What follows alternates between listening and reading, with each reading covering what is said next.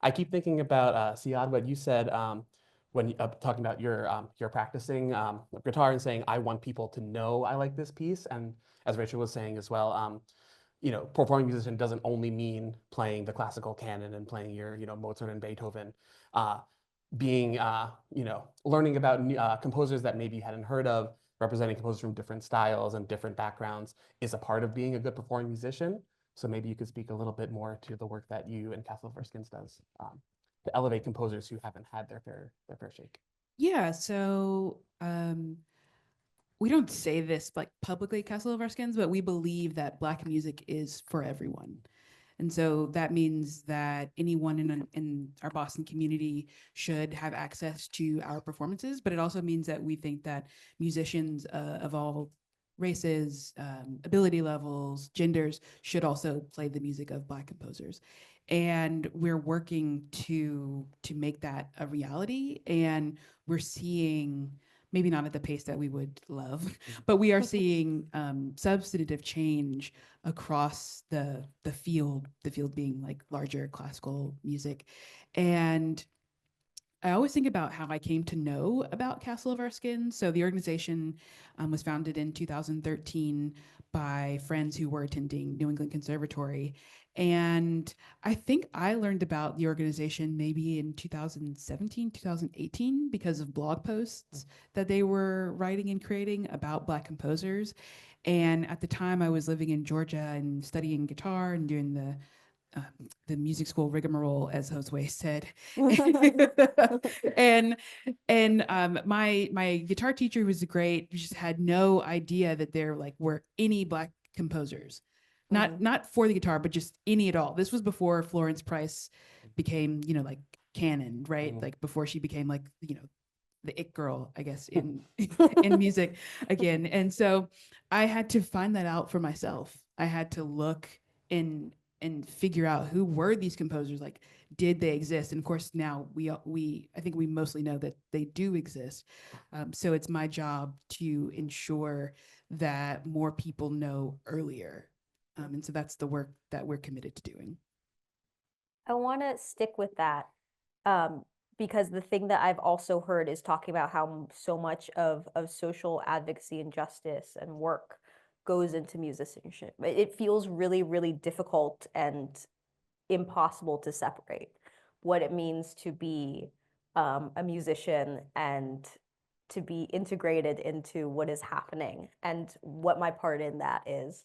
And I was wondering, I think especially if you could speak to, I think Boston is such a unique and wonderful community, and a community that also has a long ways to go in other ways. I was wondering if you could speak to what your musical journey has meant specifically for you as an artist in Boston, engaging with specifically Black composers, Black pedagogy, all of this incredible work. So when I first moved here, someone said Boston is either the first, last, best, only about everything, and and that's true. Like you'll meet somebody, and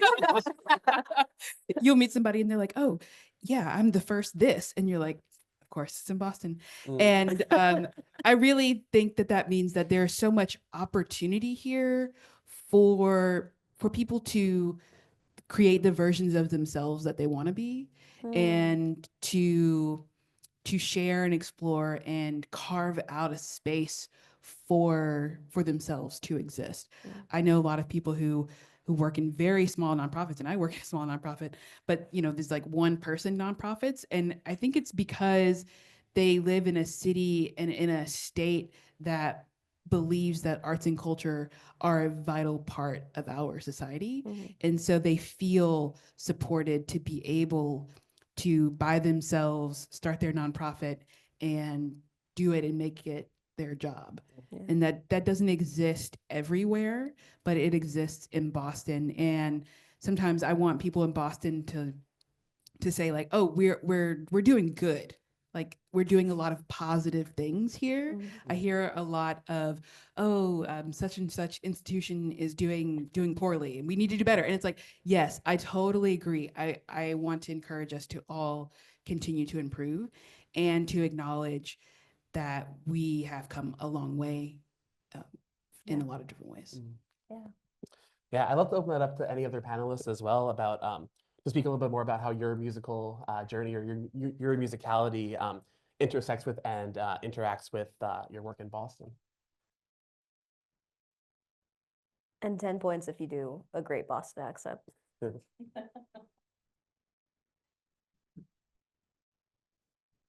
You're thinking about it.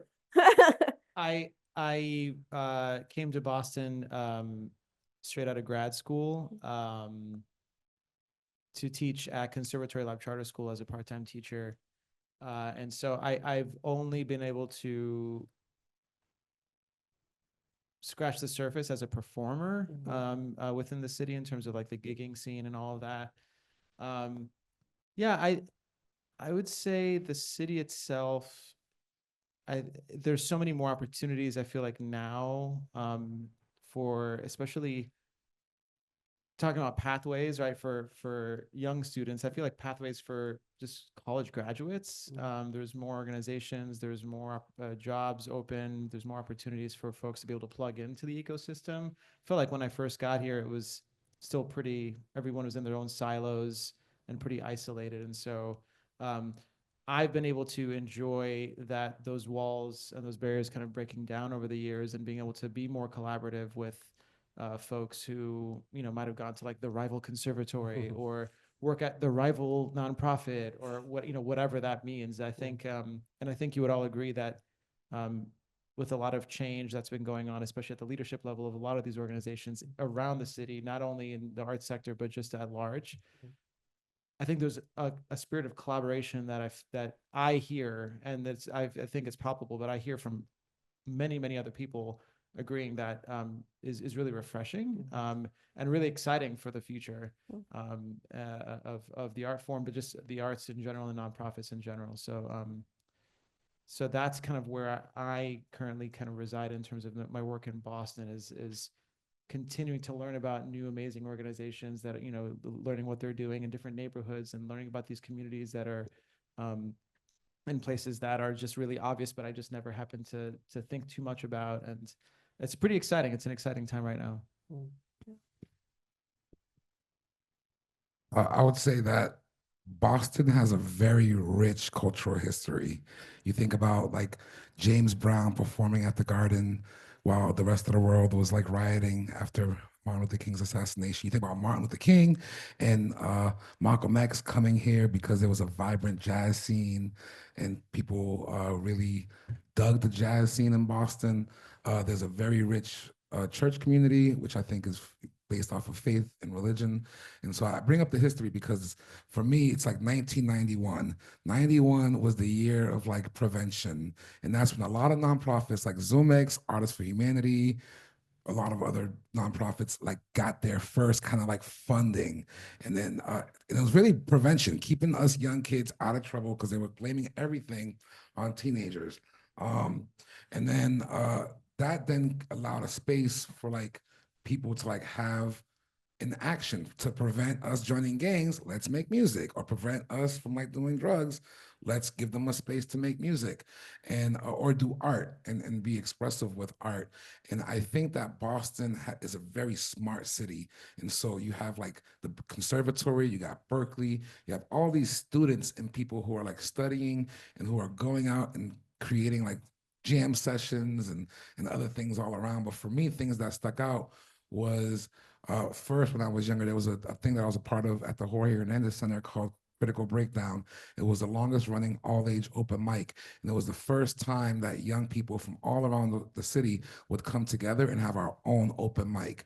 And one thing that stood out to me is there was this one time when this young person had gotten shot, and they held that open mic as like a remembrance open mic, and people were going up and saying poems and doing songs, and the DJs was playing songs that were all like relevant to the theme, and it was like a room full of love and buzz, but also a lot of artists. It was their first time to ever perform in front of an audience.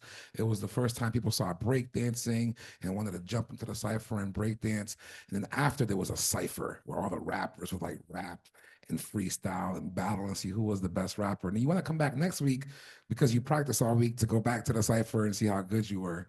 That kind of evolved into another thing that I was involved in called the Subway Ciphers, where literally every Sunday there'll be a group of rappers at Downtown Crossing rapping while people were coming in and out of the subway. And I'm like, I'm not sure if that could happen in other cities, but there was enough resiliency, there was enough camaraderie, and enough people there who knew what they were talking about where we didn't get kicked out. We're like, this is a public space, we have a right to be here. And we rapped, and they got really big and created this whole like freestyle clinic culture that's around there. So I bring up like this idea of like it being just a gritty, urban enough city, close enough to New York, but still close enough to Vermont, right? Where, like, where you can kind of get away with trying things and doing things and being really kind of raw and urban-y. You say there's Harvard, but check out the pit right in Harvard Square. We have all these punk rockers, right?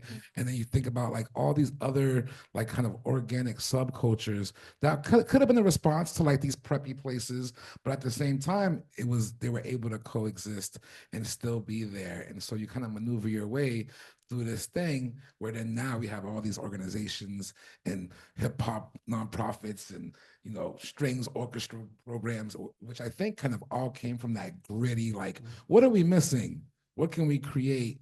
Let's create that. And then that cycle continuing. What are we missing? What can we create until the point where we're at now? And I think it's very special because other cities might not have the infrastructure to kind of like support that raw grittiness, and other people wouldn't like, I'm not sure who else is gonna be like, you kids can have an open mic, all ages, whatever you want, or be like, who's organizing the subway cipher? I don't remember what adult was there that was organizing the subway cipher, but we were showing up, so it's kind of interesting. I think I remember a professor once said, like, of course, Boston is the place that had within the same century, like Rite of Spring and BBD and Tina Turner and like all of these incredible artists, because you really see this depth and you really see this evolution of like something really pushing kind of against and really pushing forward. And maybe it's because I'm from Texas, which is doing great with funding and arts right now. But I wondered if, AJ, I know you have something to add, but I was wondering if you could also think about like how Boston allows folks to explore what music has meant, or in your experience, like what that has meant for this Boston community. Yeah, absolutely. I felt like I would be remiss if I didn't also add just a piece of talking about the experience of being a bit siloed. I originally come from like small town Maine. And so, for me, spaces where resources are a bit limited, exposure is definitely limited to different experiences, is something that I really kind of felt the need that I wanted to continue to explore, to get out of that bubble and to really embrace the opportunities of a city like Boston, not only in the work that I do as a music therapist, but also just in my own the depth of my own experience and really trying to be constantly learning, be constantly absorbing, really be kind of a sponge and just taking it all in, while also really trying to build on a sense of identity for myself as well. And I feel like Boston is a space, as others have mentioned, that really gives that permission to really try different things and to really, just is such a melting pot of so many different cultural experiences, backgrounds, musically, artistically, in so many different ways. And, I think Boston really does lend itself to that space to really explore different spaces and learn about, what you really connect with and what, you can even just increase your awareness of as a picture of like the broader culture that we have here.